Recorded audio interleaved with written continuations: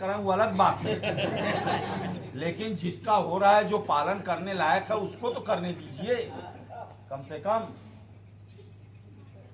मैं जब घर में न रहूं, यानी कहने का मतलब हंसी, आप लोगों की तरह मजाक, आनंद लीजिए, क्रीड़ा करिए, श्रृंगार करिए, सारी बातें करिए, लेकिन जब मैं घर पर न रहूं तो इन सभी बातों से आपको मुंह मोड़ लेना होगा। यानी हमारी अनुपस्थिति में ये सब कार्य आपको नहीं करना होगा। आप लोगों को करना करिए, लेकिन उनको जो उचित शिक्षा है उनको उसका पालन करने दीजिए। उसके बाद दूसरे वाक्य में वर कहता है कन्या से, वैश्वानर साक्षी ब्राह्मण ज्ञाति बांधवा पंचमं मातृलोक्य साक्षी तम ममागता। आज के बाद कहने का माने कि आज के बाद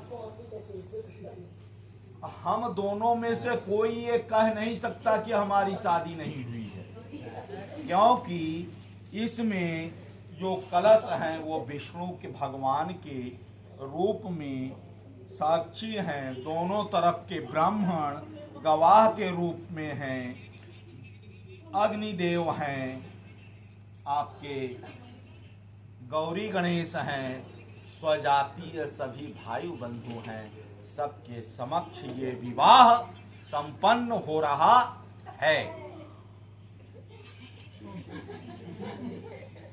अब तव चित्तम मम चित्तम वाचा वाच्यम न लोपयेत व्रते में सर्वदा देयं हृदयस्थं वरवानने।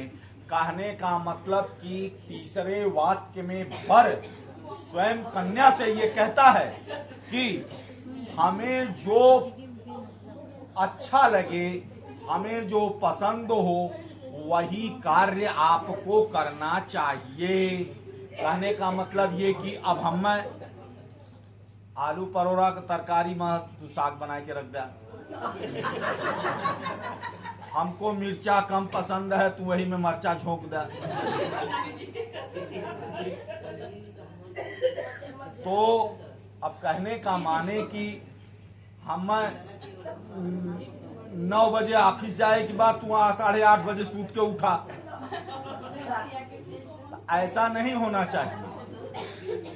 जो जिसमें इनकी भलाई हो और जो अच्छा काम हो, वही कार्य आपको करना चाहिए। भोजन बनाइए तो पहले इनको खिलाइए तब आप खाइए, ये नहीं कि रसोइया में बनाए कि आधा कह के तब कहें आवा, ऐसा नहीं होना चाहिए। नहीं, ऐसा ना हो चाहिए।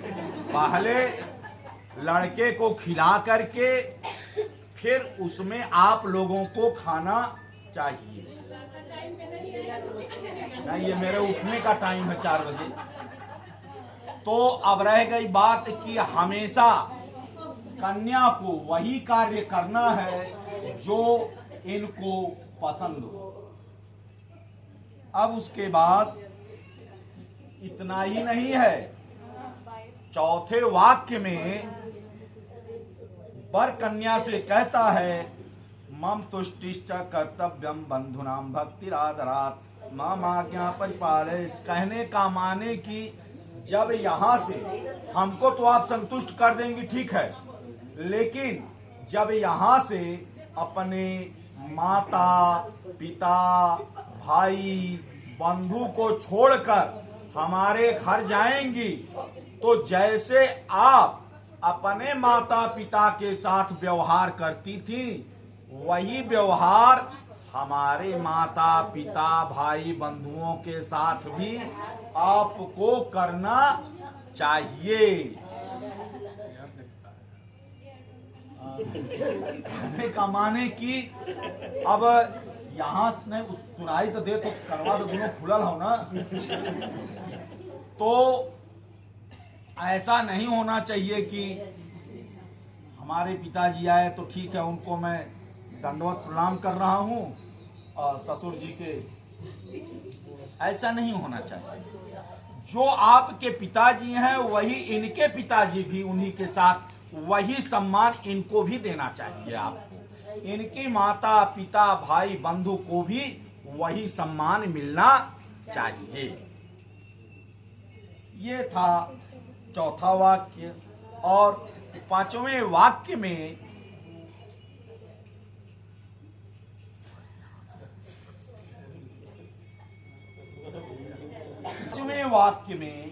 वर कहता है, ध्यान से सुनिएगा, है ना, ये आप लोगों को भी सुनाया गया होगा, लेकिन अपना भूल जाता है और दूसरे में हंसी उड़ाते हैं।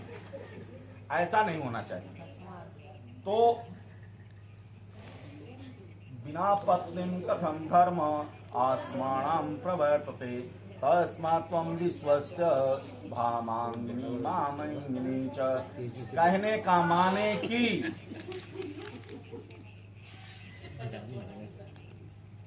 बिना पत्नी के गृहस्थ आश्रम स्वीकार नहीं होता है। बिना पत्नी के गृहस्थ आश्रम स्वीकार नहीं होता है। इसलिए अब तुम मेरी वामांगिनी बनो। पंडित जी पूछ लीजिए कि आपको भी शर्तें मंजूर हैं? हाँ चलिए तब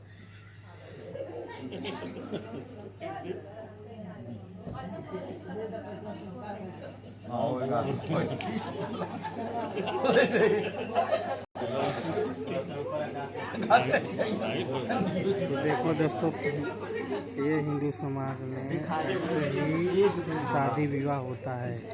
और ये लड़का लड़की की तरफ से 5 वचन था, लड़की की तरफ से 7 वचन होता है। नेक्स्ट वीडियो में हम आपके लिए लड़की का 7 वीडियो लेकर आएंगे। और यहाँ पे गाना बजाना भी चालू है, देख सकते हैं गाइस।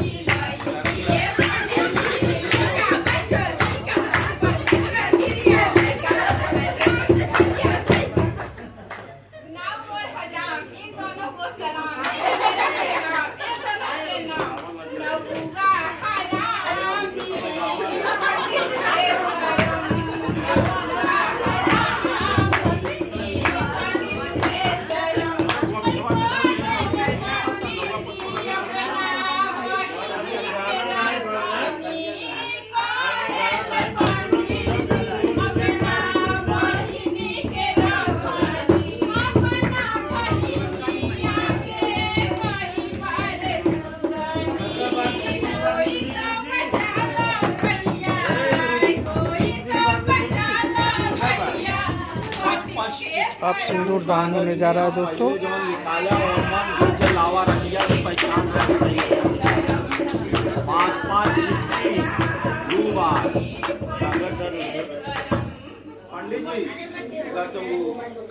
ठीक है दोस्तों, हमारे वीडियो को ज़्यादा से ज़्यादा लाइक एवं फॉलो करें और हमारे चैनल को ज़्यादा से ज़्यादा सब्सक्राइब करें।